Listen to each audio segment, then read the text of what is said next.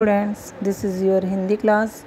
और आज हम फिर से एक बार रिवीजन करेंगे अपने पहले चैप्टर की, जिसका नाम है भाषा। भाषा क्या होती है वो मैं आपको बताऊंगी अभी।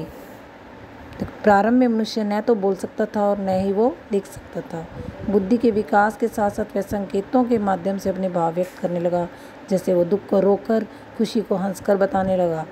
धीरे धीरे उसने संकेतों के भी कुछ शब्द बना लिए।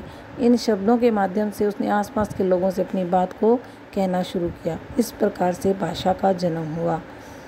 जैसे जैसे मनुष्य ने विकास किया, वह लिखकर अपने भाव प्रकट करने लगा और वह मनुष्य अपने विचार प्रकट करता, दूसरों के विचारों को समझता, वह भाषा कहलाई। तो हम भाषा की परिभाषा देंगे। भाषा वह साधन है जिसकी सहायता से हम अपने मन के भावों तथा विचारों को बोलकर, लिखकर अथवा संकेत के द्वारा दूसरों तक अपनी बात पहुंचाते हैं। भाषा के दो मुख्यतः रूप हैं। नंबर 1 मौखिक, नंबर 2 लिखित भाषा। सबसे पहले आती है मौखिक भाषा। मौखिक भाषा क्या होती है? जिस साधन द्वारा मन के भाव बोलकर प्रकट किए जाते हैं, सुनकर मन के भाव समझे जाते हैं, वह भाषा का मौखिक रूप होता है। जैसे हम आपस में कोई बातचीत करते हैं तो वो मौखिक भाषा कहलाती है। नंबर 2 पे आती है लिखित भाषा। जिस साधन द्वारा मन के भाव लिखकर प्रकट किए जाते हैं या पढ़कर मन के भाव समझे जाते हैं, वह भाषा का लिखित रूप होता है। आगे आती है मातृभाषा और राष्ट्रभाषा। मातृभाषा और राष्ट्रभाषा को समझने से पहले एक भाषा और होती है, वो होती है सांकेतिक भाषा। जब हम किसी भी चीज़ को संकेत के रूप में दर्शाते हैं, जिस प्रकार से ट्रेन के आने से पहले ट्रेन का एक सिग्नल होता है, अगर वो सिग्नल लाल होता है तो उसका मतलब है कि गाड़ी को रुकने का वो संकेत कर रहा है। इस तरह से यह सांकेतिक भाषा होती है। अब आती है मातृभाषा और राष्ट्रभाषा। मातृभाषा क्या होती है? वह भाषा जो बच्चा अपने परिवार के सदस्यों से स्वतः ही बोलना सीख जाता है, वह उसकी मातृभाषा कहलाती है। अतः मातृ वह भाषा होती है जो घर में बोली और समझी जाती है।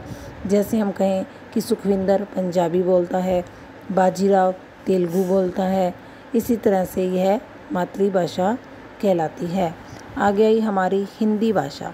हिंदी हमारी राष्ट्रभाषा है, जो कि पूरे देश में व्यापक रूप से बोली और समझी जाती है। यह बिहार, उत्तर प्रदेश, राजस्थान, हरियाणा, यानी कि हमारे पूरे देश में यह भाषा बोली और लिखी जाती है। हिंदी भाषा जो है उसको सबसे पहले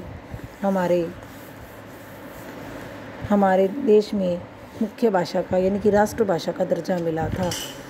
हिंदी भाषा की लिपि प्रारंभिक भाषा का रूप मौखिक था, इसलिए इसके विकास के साथ साथ मानव ने अपनी बात कहने के लिए कुछ चिन्ह भी निश्चित किए। ये चिन्ह वर्ण कहलाते हैं। इन्हीं के माध्यम से भाषा को लिखा जाता है। तो भाषा की लिपि की परिभाषा हुई, मौखिक ध्वनियों को लिखने के लिए जो चिन्ह निश्चित किए गए हैं उन्हें हम लिपि कहते हैं। जैसे हिंदी और संस्कृत की लिपि है देवनागरी, अंग्रेजी की रोमन, उर्दू की फारसी और पंजाबी की गुरमुखी। लिपि के बाद आता है व्याकरण। व्याकरण क्या होती है? व्याकरण वह शास्त्र है जिससे भाषा के शुद्ध रूप का हम ज्ञान प्राप्त करते हैं। व्याकरण के 4 भाग हैं: वर्ण, शब्द, पद और वाक्य। इस तरह से आज हमने जाना भाषा के बारे में कि भाषा क्या होती है और उसके कौन कौन से अंग होते हैं। बाकी का हम नेक्स्ट वीडियो में जानेंगे।